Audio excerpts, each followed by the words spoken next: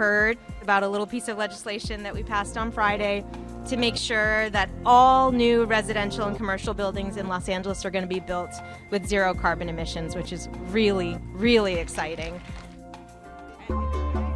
We're setting this up for a beach cleanup for almost 3,000 kids are coming to the beach today. When they step off the bus and they've never been to the beach before and they go, wow, this is incredible.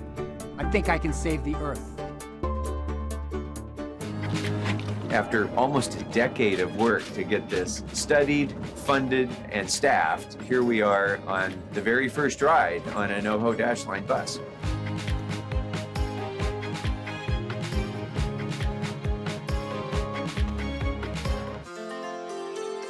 It is my great honor to welcome you to the opening ceremony for the City of Los Angeles' celebration of Asian American Pacific Islander Heritage Month. Today we are at the big unveiling for the historic Filipino town Eastern Gateway, and I'm so proud to be here because we are not just celebrating the largest Filipino monument in LA or in the state of California, but in all of the United States.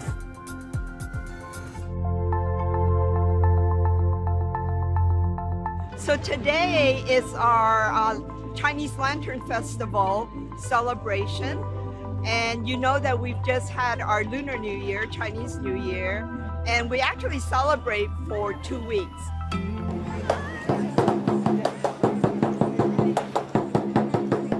Today is our very first Asian cultural festival.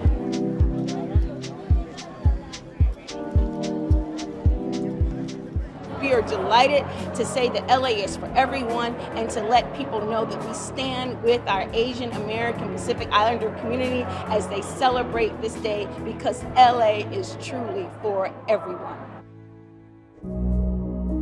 In Korean language, Saigu, which means 4 to 9 or April 29, is the date the riots broke out.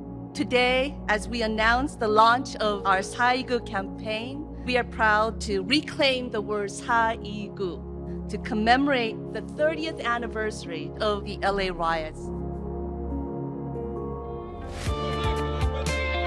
This program is called Voices of the Rebellion, Reflections of the LA Uprising. It's historical and important to remember because it was a time in our history where there was so much angst, and what people don't realize is what led up to it. The swell, the things that happened to Black people in this country that led to this break. And so it's important to remember that so that we don't go back. There are a lot of communities and heritages that remember that particular break in their history, and they commemorate, they observe it, they bring it back so that it doesn't happen again. I think this holiday is a great marker for what we can accomplish. We can do big things. We can overcome our biggest challenges when we focus on them. So I'm happy to support this and the mayor and the city of Los Angeles celebrating Juneteenth in an official way. Black America's been celebrating this holiday for years. But to make it now an official celebration, first at national level and now at the city level, is significant, and it demonstrates that we are serious about moving forward.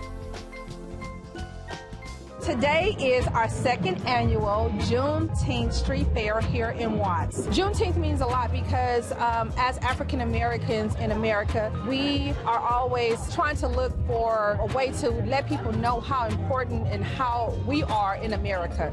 And so them recognizing us being freed, this is what it means to be free. Free to be able to have access to all the things that we're supposed to have access to.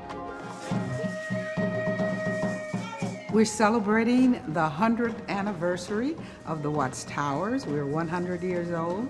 We're celebrating 61 years of the Watts Towers Arts Center.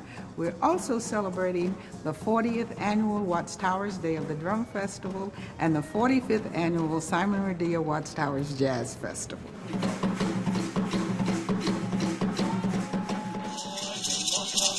Today is Los Angeles' celebration of Indigenous Peoples Day.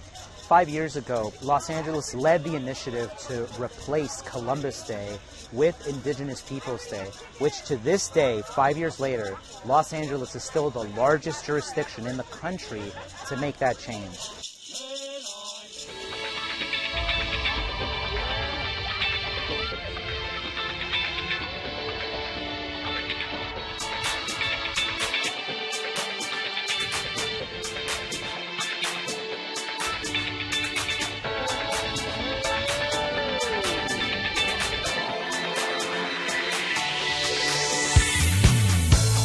Today we celebrate Los Angeles Pride, and it's so wonderful to be here back in its original place where Pride started, because Pride is part of all of Los Angeles, not just one community. So today we're at South LA Pride in Norman Houston Park, celebrating the LGBTQ community, especially those in South LA, and especially people who have to deal with multiple things, being a person of color and being LGBTQ, being a woman and being LGBTQ, being a woman, being a person of color, and being LGBTQ. All of those things come together. Today we say take a breath, celebrate, we love you, we put our arms around you. People need to see who we are, that we're here, that we're proud to be here, and that we're not going anywhere at all. Just to be in your own community, in a public, in a safe space, in a space that has been supported by a lot of businesses, a lot of media. It just feels nice to be able to be who you are and to be able to do that publicly, openly, and without any shame. Hispanic Heritage Month is so important to me because it's my identity. I wear it with me every single day. I think Angelenos should care about Hispanic Heritage Month because Hispanics contribute a large amount of the culture of Los Angeles. September 15 to October 15 is historically the time where many Latin American countries declare their independence. So I think it's a very important month for us to pause, learn about our history, pass it on to new generations, and to also celebrate the contributions that we have given to our nation as a whole.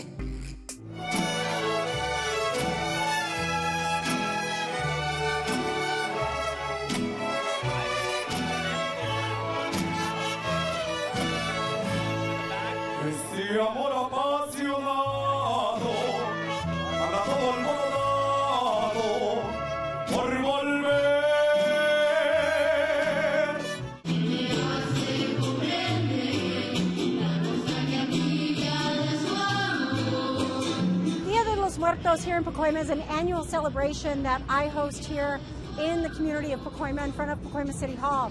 And it's an opportunity to not just community build and bring everyone together, but to honor the loved ones that so many of us have lost, not just through the course of the pandemic, but just through the course of living.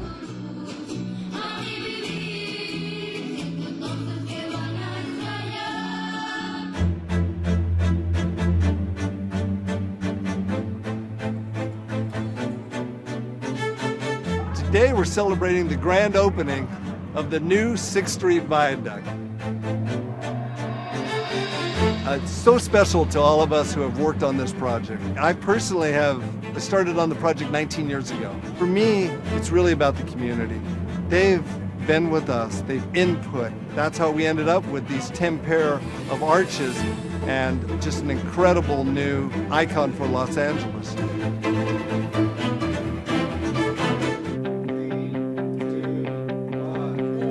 Next Tuesday, the first residents experiencing homelessness will come through these doors. Ladies and gentlemen, you're in the Trebek Center, a place that the people of Los Angeles built because they believe that there should be hope for those who are living on the street.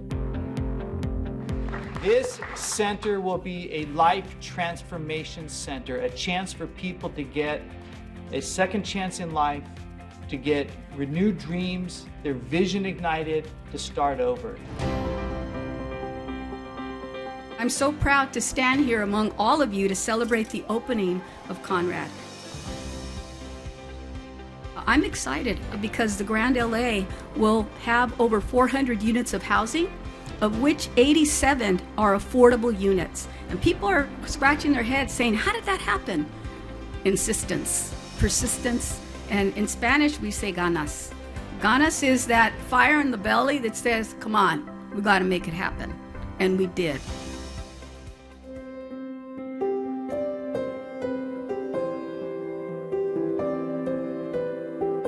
George is one of our clients. He's been living in our residential program for at least 20 years. He loves LAPD. Our special guest is George Stanley. His lifelong dream has always been to become a police officer. And today, with great help from LAPD, we're making that dream come true.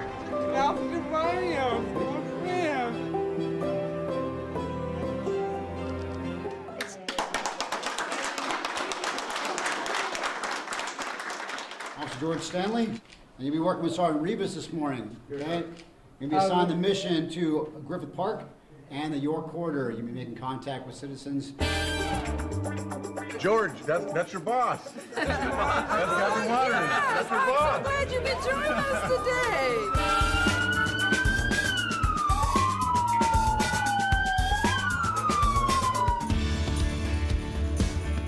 Well, it's history in the making. The first woman fire marshal of the LA Fire Department is about to become the first woman chief of the LA Fire Department.